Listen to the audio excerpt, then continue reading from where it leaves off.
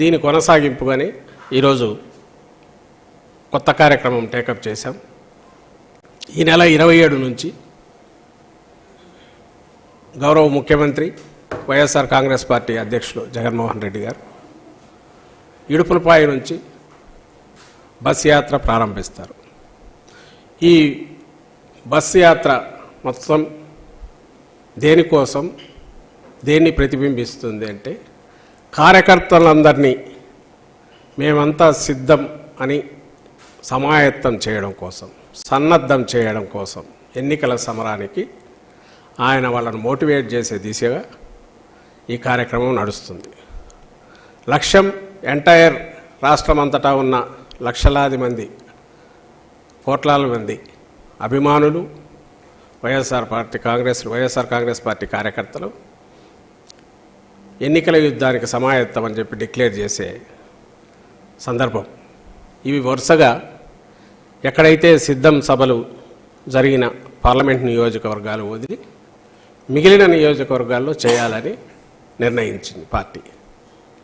అందులో ఉజ్జాయింపుగా 27వ తేదీ మొదలైతే నోటిఫికేషన్ వచ్చిన ఏప్రిల్ 18, 1-2 రోజులు వీలైతే తర్వాతకు అక్కడికి ఈ బస్సు యాత్ర ఎండ్ చేసి, అప్పటికి వీలైనంత వరకు ఈ 4 పార్లమెంట్ నియోజకవర్గాలు తీస్తే మిగిలినవి చాలా వరకు కవర్ అవుతాయి.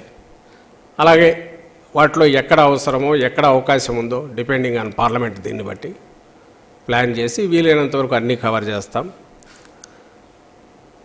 ఆ తర్వాత నోటిఫికేషను, నామినేషన్లు మొదలైనప్పటి నుంచి ఇంకా రెగ్యులర్ ఏవైతే సభలు ప్లాన్ చేసి ఎన్నికల సభలకు వాటికి ముఖ్యమంత్రి గారు బయలుదేరుతారు. దాని తర్వాత అంటే ఈ 27వ తేదీ నుంచి ఇన్నాళ్ళు ఈ 5 ఏళ్ళు కూడా అంతకుముందు పార్టీ పెట్టినప్పటి నుంచి ఎట్లయితే జనంలో మమేకమై పార్టీ పనిచేస్తుందో, అలాగే అధికారంలోకి వచ్చినప్పటి నుంచి మొత్తం ప్రభుత్వాన్ని, అధికార యంత్రాంగాన్ని కూడా మా లక్ష్య సాధన ఏదైతే ఉందో, ఆశయ సాధన ఏదైతే ఉందో, ఈ పార్టీ విధానం ఏదైతే ఉందో, అట్టడుగు వర్గాలకు సామాజిక, ఆర్థిక, రాజకీయ సాధికారత, డెవలప్మెంట్లో కూడా వాళ్ళ ఇంక్లూజివ్నెస్, సంక్షేమం టు ది ఎక్స్టెంట్ వాళ్ళ జీవితాలు మార్చేంత దిశగా